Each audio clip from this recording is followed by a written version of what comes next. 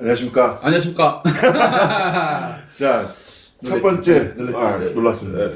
첫 번째에서 이 두 번째 제 2화 장성철의 제주읽기 2화를 시작하도록 하겠습니다. 그 말을 할 때 장성철의 제주읽기 그럼 나 기운이 안 나잖아요. 왜요?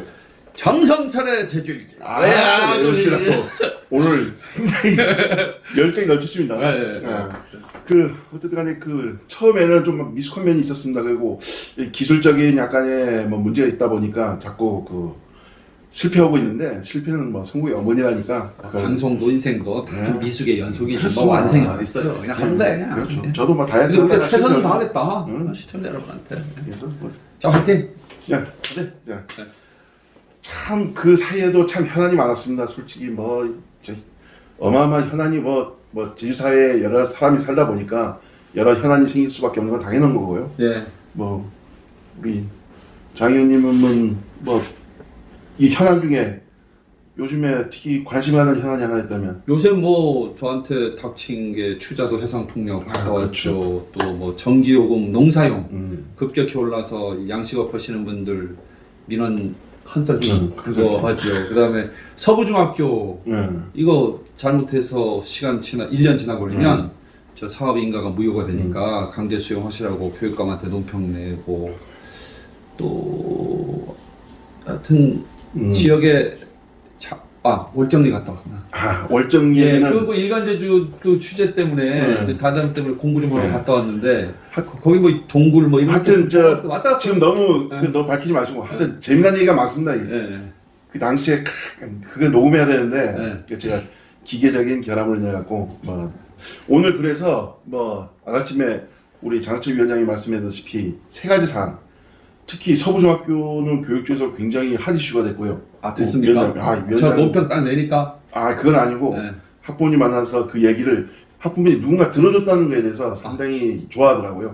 뭐 이슈가 된 건 둘째치간에 정치하시는 분들도 들어주긴 하는데 이게 직접적으로 듣는 거하고 정말 그 속 사정을 다 듣는 거하고 좀 차원이 다르니까 뭐 추자도 해상풍력은 뭐 앞으로 지속적으로 상당히 좀 아무런 스타일로 지금 가고 있긴 한데 뭐 그거는 나중에 차차 얘기할 거고 꼭 장학철 위원장이 1인 피켓이 전기 관련해갖고 한전이 상당히 힘들어하지 않나 우리 위원장이 덕택에 그보다는 여기 한전 제주본부 입장에서는 장성철의 1인 시위와 또 수산양식단체의 또 집회 이런 것 때문에 힘을 받는 거 아닐까? 힘을 받았으면 좋겠습니다. 중앙 한전에 할 얘기가 많았을 거라고. 근데 저희들이 많을 걸 좀 만들어야 되는 게 아닌가. 특히 제주도 같은 경우는 1차 산업 비중이 워낙 크다 보니까 큰 대기업 2차, 3차 연계되는 사업이 없다는 거예요. 1차 산업이 굉장히 중요합니다. 그만큼 전기도 많이 쓰고 하우스라든지 1차 산업에 적용되는 전기용 농사요금의 그 단가가요 육지하고 제주하고 달라요.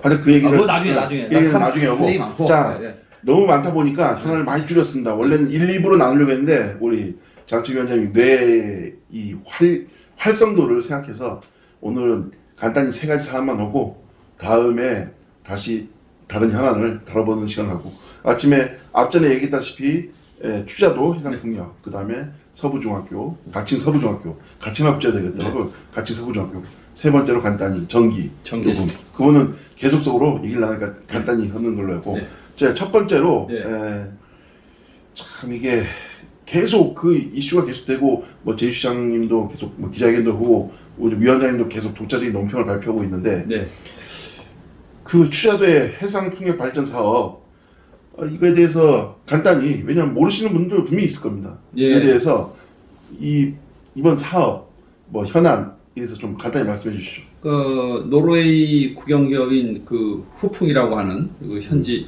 대한민국의 현지 법인이 이제 추진을 해서 3기가와트 제주도 전체 연안바다에 전부 한다 하더라도 우리가 2기가와트 생각하는데 그보다 1.5배가 많은 그런 규모의 이제 해상풍력 발전 사업 구상을 갖고 계신 걸로 제가 이제 들었는데 여기서 이제 찬성하시는 분도 있고 반대하시는 분도 있어요. 근데 이게 민간 외부 자본의 사업이다 보니까 저는 기본적으로 제주특별법 304조에 제주도 내의 풍력 자원은 공공적 관리가 돼야 된다. 그러니까 풍력 자원의 공수화 원칙에 근거해서 누가 제주에너지공사가 사업을 하는 그런 공공주도 방식의 사업이 돼야 된다. 절대로 민간 외부 자본의 막대한 해상풍력 발전 사업의 인허가를 넘겨서는 안 된다 이런 입장을 견지하고 있는 거죠. 이게 말 들어보니까 그 한림에 하는 그 해상풍력 예. 10배가 넘고 30배. 30배요? 예. 국내 최대입니까? 예, 세계 최대. 세계 최대예요? 예. 이걸 민간한테 준다고요? 예, 유럽의 북해에도 없어 이 정도 규모는요. 그걸 우리 도민들이 쓸 수 아직 준다고는 안 했고 달라고 이제 요청을 한 단계인데 사실 풍황계측기 설치할 때부터 제주시가 또 그 재생에너지 풍력발전 담당 업무 부서에 그 수산 관련 부서에서 알려주고 이 관련 부서에서 설치 여부에 대한 의견을 낼 수 있도록 해줘야 되는데 이게 수산 파트는 수산 파트끼리만 일을 하니까 그렇죠. 풍황계측기 그냥 설치 허가를 해줘버린 그래서 지금 이렇게 논란이 된 거죠. 사전에 정책적인 결정을 해서 이런 정도의 규모의 외부 자본에 의한 민간 외부 자본에 의한 풍력 발전 사업을 할 것인가 말 것인가에 대한 선언적인 판단이 있었어야 되는데 그런 거 없이 그냥 풍황계측기가 이렇게 설치되는 게 허가가 나가버린 그런 상황이 현재 빚어진 거죠. 예. 예, 우리 부지런한 장 위원장님께서 직접 취재도 가서 예. 찬성과 반대 쪽 얘기를 들어봤습니다. 예. 말씀해 주시죠.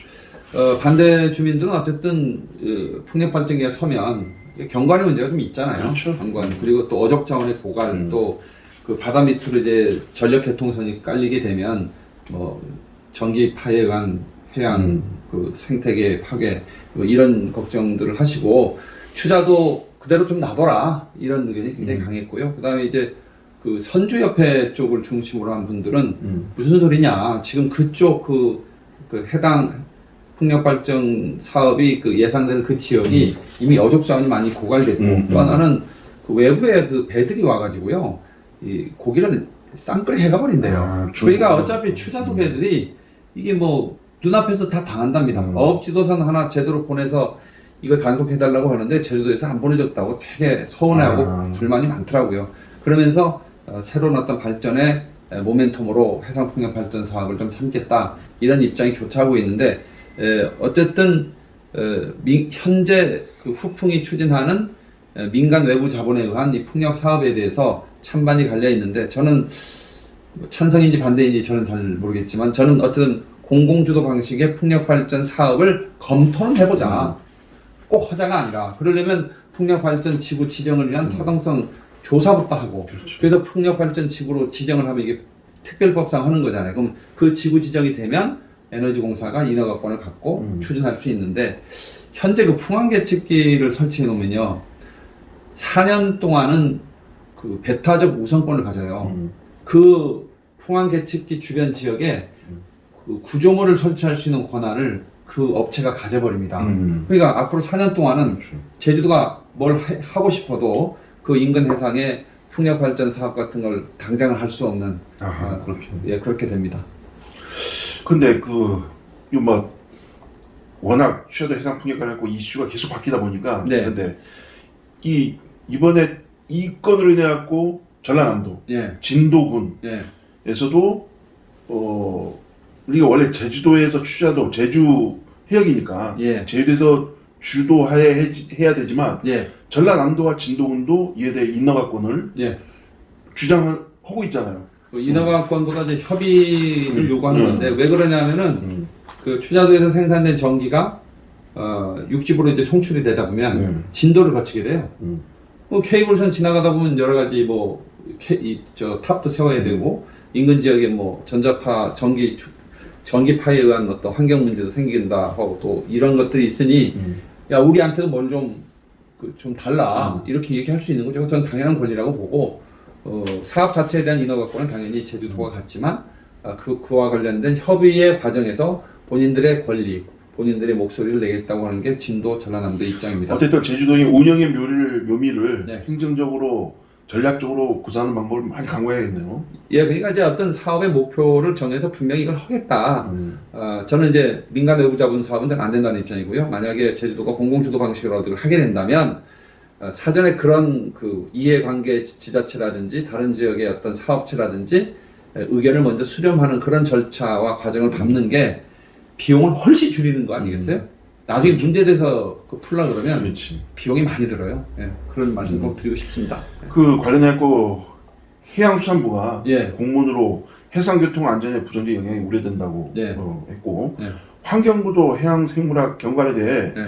적정성 검토가 필요하다는 의견이 나왔거든요. 그럼 네. 결국에는 이제 정부 두 개 부처가 반대의 뜻을 표명한 거 아닌가요? 이게 이제 주무부처가 있고 협력부처가 있잖아요.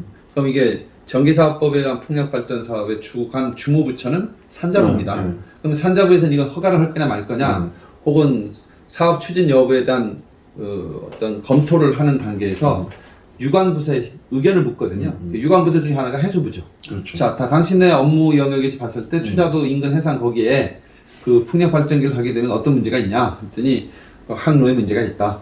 또 해양 생태계, 특히 고래 같은 거 이런 거 문제가 될 수 있다, 이렇게 의견 냈고요. 또 환경부 얘기하니까 환경부도 그 해양 생태계, 수중 생태계나 이런 거에 대해서 아직 조사가 좀 덜 돼서 그런 거에 대한 면밀한 검토가 필요하다. 국방부도 했어요. 국방부 했어요? 예. 국방부는 사실은 전시에 혹은 훈련에 필요한 항로와 관련될 수 있다.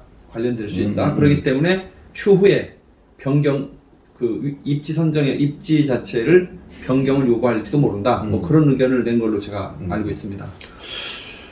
이거 관련해갖고 강병산 제주시장께서 예. 취자도 직접 가서 그쪽에 주민분들 만나서 얘기도 나눴고 최근에 기자회견을 갖고 이번 사업에 한해서 인허가를 가지고 제주시는 주민 수용성에 대해서 중시하고 주민 수용성이 없으면 사업을 추진할 수 없다는 식의 발언을 했는데, 그에 대해서 우리 장 회장님께서도 논평을 냈잖아요. 예.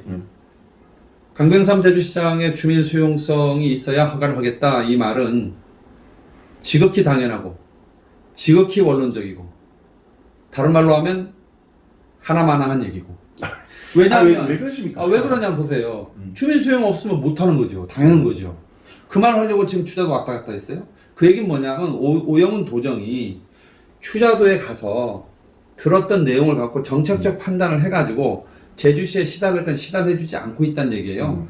이 추자도 해상풍력 사업에 관련돼서 매번 얘기하지만, 이러한 막대한 규모의 민간 외부 자본에 의한 풍력 발전 사업이 돼버리면 특별법 제304조가 사문화돼 버립니다. 그래서 제가 강병삼 시장의 그 논평에 관련해서 뭐 수용성과 함께 공공주도 방식의 풍력 발전 사업이 검토가 돼야 된다. 그것이 안 되면 안 된다, 이 얘기를 한 거죠. 주민 수용성 없는 그 사업 인허가는 안 된다, 이 말이 어떻게 들리냐면 참 답이 없잖아요. 그렇죠. 그러니까 어느 정도까지 하는 게 주민 수용성인지에 대한 개념도 아직은 손에 잡히는 게 없기 때문에 결론적으로는 얘기를 많이 들었습니다. 그 표현을 그렇게 한 것이 아닌가, 저는 그렇게 생각합니다. 자, 그러면 이 안이 계속적으로 이슈가 되고 있으니까 결론적으로 얘기 말씀드리겠습니다. 그러면 이 사업이 어쨌든 부정적 시각이 많고 그러다 보니까 우리 장 위원장님은 공공주도로 진행돼야 된다, 이렇게 말씀드립니다. 근데 공공주도를 하더라도 과연 입지가 정정한지, 거기에 환경에 문제는 없는지, 항로의 어떤 변경 가능성은 없는지, 이런 걸 면밀히 검토해야죠. 그러면 장 위원장님 보시기에는 민간 주도로 지금 진행된 이 프로젝트는 가능성이 희박하다. 저는 어쨌든 민간 주도로 하는 건 하지 않겠다.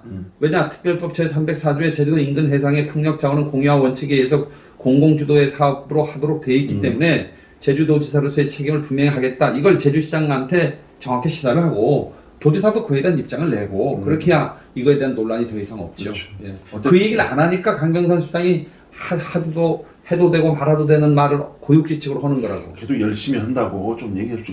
처음으로 공직자는요, 열심히 한다고 해서 그 평가를 받을 수 있는 자리가 아니에요. 공직자는 도지사나 시장이나 의원이나 국회의원은요, 성과로 얘기하는 거예요. 성과가 없으면 도민한테 왜 그 자리에 있어야 돼요? 네. 저는 강병산 시장을 비판하려고 하는 게 아니라 지금 이 문제와 관련해서 제주도정이 명확한 정책적 방향을 잡고 제주시장과 협의해서 제주시장의 운신의 폭을 이게 만들어주는 그런 조정자 역할을 안 하고 있다. 그렇기 때문에 강병삼 시장이 좀 곤혹스러운 거 아니냐, 그 얘기를 하는 거예요. 네. 하여튼 앞으로도 지속적으로 이에 대한 그 포지션 자체가, 그러니까 이슈 자체가 자꾸 바뀌니까 이걸로 하고 다음에 얘기를 다루겠습니다. 또 새로운 내용이 나오는 거예요? 네, 그렇죠. 그에 대한 얘기를 하고. 자, 한잔 드십시오. 예. 제가 사온 건데. 자, 원샷 아닙니다. 자, 두 번째로 요즘 우리 장 위원장님이 학부모님들 만나면서 요즘 여기에 꽂혔습니다. 바로 가칭 서부중학교 설립 추진 논란인데, 자, 근데 막 저번에 논평도 말씀하셨는데 아무도 생각 못했거든요. 이거는 교육감이 서부중학교 가칭 서부중학교의 신설에 대해서는 다 김광수 교육감님하고 교육위원 그 도의회가 의견을 맞추고 그에 대해서 협의를 하고 가장 좋은 대안이 뭐냐 노력해야 된다고 다 이렇게 했는데 장 위원장께서는 오영훈 지사의 15분 뭐죠? 제주 15분 구현 구현에 이 해당 사항이 이 해당 사안에 접목된다 이렇게 말씀하셨는데 상당히 신선하거든요. 한번 저는 뭐 15분 제주라고 하는 걸 도정의 주요 시책으로 내건 것이 전 적절하지 않다고 보거든요. 왜냐하면 그 개념이 너무 광범위하고 애매해요. 도정의 정책, 주요 정책 과제는 명확하고 명료해야 됩니다. 구체적이어야 되고. 그래서 전 도정의 주요 시책보다는 좀 슬로건에 가까운 게 아닌가 그런 생각이 좀 들고요.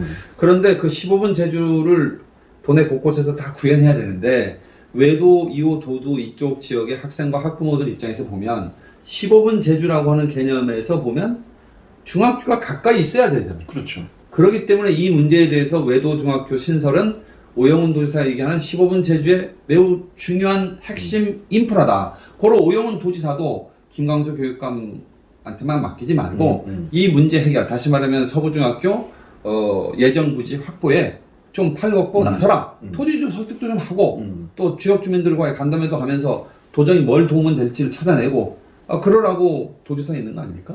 아 그런데 참 맥을 잘 짚으신 게 우리들이 전혀 생각하지 못했거든요.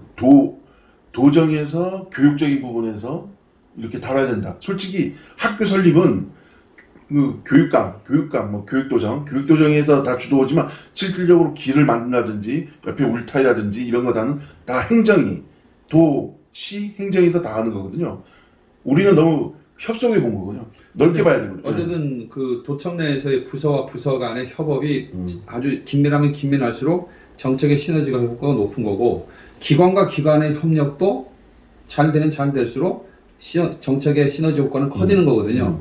도교육청하고 제주도청이 협력적 관계가 이루어지면 이루어질수록 예를 들면 그 주변 지역의 도시계획, 학교 예정 부지 주변의 학교 정화구역의 설정 문제, 또 그 주변의 도로 개설의 문제, 도교육청하고 도가 서로 의견을 주고받으면서 할 게 얼마나 많아요. 그러니까 15분 제주 구현이라고 하는 측면에서 보면 우선 토지 확보의 문제에서부터 그래도 제주도에서 제일 영향력 있는 정치인이 도지사 아니겠습니까? 도지사가 좀 나서서 교육감하고 같이 가서 토지도 설득도 좀 하시고 그렇게 어쨌든 조기 그 개설이 될 수 있는데 좀 힘을 좀 실으시라 이렇게 제가 주장한 거죠. 예, 이거에 관해 갖고 제가 몇몇 학부모들 만났거든요. 외도 쪽에. 그분들이 이걸 간과했다고, 이걸 놓쳤다고 그렇게 얘기하더라고. 그래서 장현님한테 고맙다는 말씀 꼭 전해달라고 이런 말씀 몇 분이서 했습니다. 진짜 감사합니다. 그래서 그분들도 오영훈 도지사 한번 만나보겠다. 만나셔야 돼요. 만나셔야 돼요. 만나셔야 될 것 같아요. 그 길 만약 되더라도 길이 너무 협소해요. 그때 사실은 오영훈 도지사가 찾아가야지. 그게 맞지. 도지사님 들으십시오.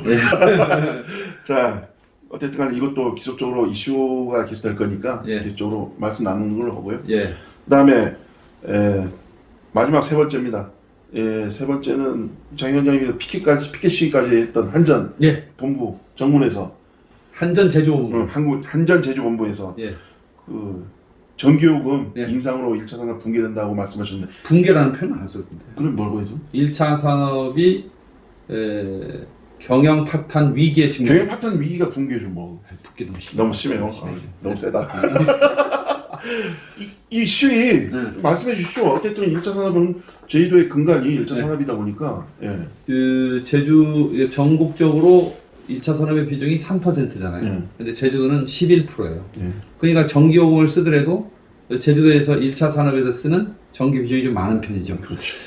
그런 걸 늘 염두에 두고 있는데 이게 뭐 한전에서 갑자기 전기요금 인상한다는 거를 9월 30일 날 뉴스를 딱 봤는데 일률적으로 했대. 일률적으로 금액을요.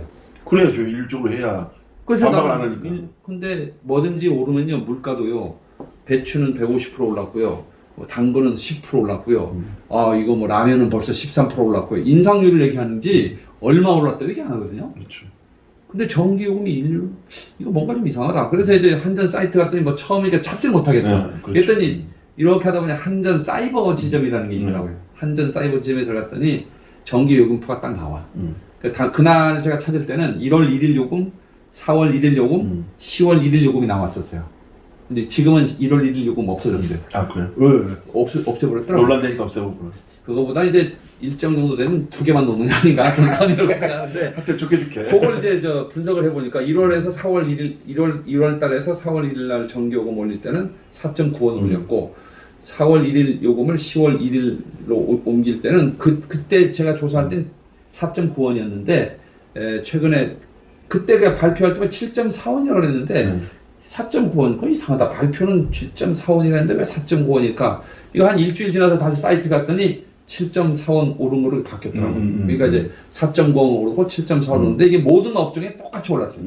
그러다 보니까 산업용물은 8.9%가 올랐고 1월달 대비 농사용물은 36%가 올랐어요. 그럼 8%가 산업용이고 농사용물 양식장에 쓰는 게 36%면 8, 4, 32, 8, 5, 40 그러니까 한 4.5배 오른 거예요. 산업용에 대비 농사용물이 4.5배 오르면 이건 너무나 불공평하고 너무나 불공정하다. 업종 간 형평성이 완전히 무너진 거다. 전 그래서 이렇게 되면 1차 산업을 그래도 보호하기 위해서 개방농장 때문에 전기도 낮게 해준 거잖아요. FTA 같은 것 때문에.